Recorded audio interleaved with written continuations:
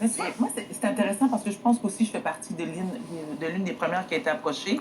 Puis moi, c'était la cata. Parce que La quoi? c'était la cata, c'était la catastrophe pour moi.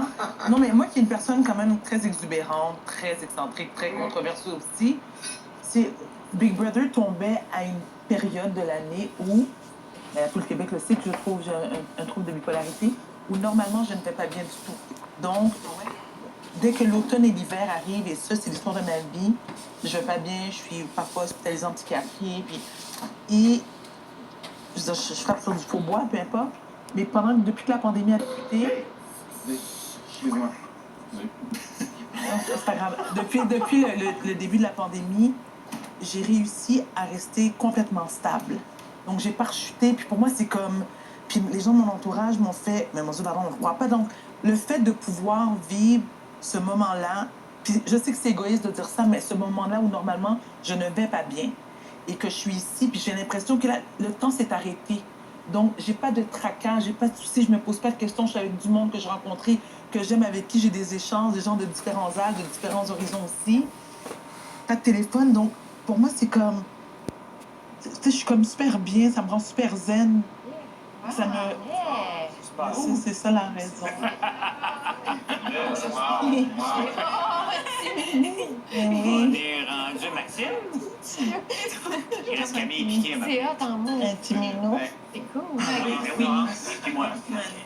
Moi, je trouve ça le fun qu'on puisse vivre quelque chose qui est aussi sans précédent au Québec. Là, tu sais, c'est la première fois, on est la première gang de Big Brother. Puis ça va rester comme le restant de nos jours. Ce qui est fun, c'est qu'on apprend à connaître du monde. Puis oui, on a croisé à plein d'endroits. Mais on va toujours rester comme... On va avoir vécu cette expérience-là ensemble. On va avoir été la première gang à avoir fait Big Brother. Au-delà du fait que, bon, on a déjà passé par des télé-réalités. Non, mais je me suis rendu, quand j'ai reçu le corps, moi aussi, je fais comme... Je peux pas volontairement vouloir me refaire vivre ça, une télé-réalité, parce que...